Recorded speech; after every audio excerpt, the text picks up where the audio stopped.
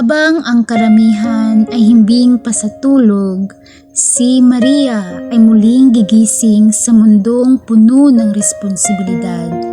Hindi para sa sarili, hindi para sa luho, kundi para sa pamilya.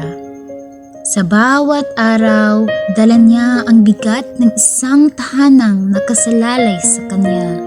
Sa edad na dapat ay para sa sarili pa lang, siya na ang ina, ama, tagapag-alaga at tagapagsakripisyo. Ang kanyang ama ay nasa banig ng karamdaman, hindi na kayang tumayo, magsalita o kumilos. Ang kanyang ina ay may alta presyon, kailangang painumin ng gamot, bantayan at intindihin. Si Maria ay naging isang anak, naging ina, isang babae, naging haligi. Nagtatrabaho siya sa isang maliit na kumpanya. Sakto lang ang kinikita na sapat para sa bayarin, pagkain at gamot. Walang natitira para sa sarili, walang panahon para sa pahinga. Laging aligaga at nangangamba, pero hindi siya sumusuko. Mayroon siyang kapatid na babae na kasalukuyang nasa kolehiyo. At ang kanyang ate, isang inang solo, iniwan ng lalaking minahan. Wala rin itong trabaho, walang kita, kasama ring nakatira sa kanilang munting tahanan. Isa pang bibig na kailangang pakainin, isa pang kaluluwang kailangang unawain.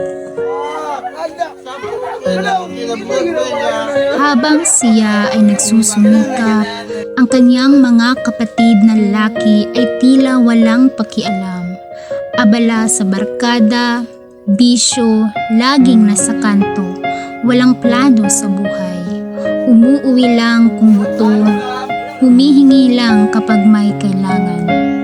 Para sa kanila, si Maria ang palaging solusyon. Sa bawat hakbang pauwi, dala niya ang bigat ng mundong hindi siya binibigyang pansin. Ang katawan ay pagod, ang isip ay puno ng mga tanong. Hanggang kailan ko kakayanin? May bukas pa bang magaan para sa akin? God, I'm so tired. But I don't have the right to quit.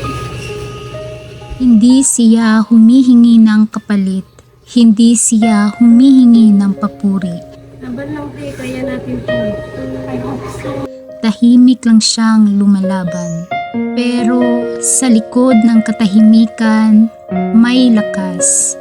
Sa bawat hakbang, may dahilan.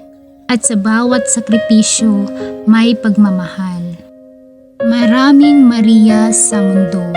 Tinitiis ang pagod, ang lungkot, ang kakulangan para sa pamilya.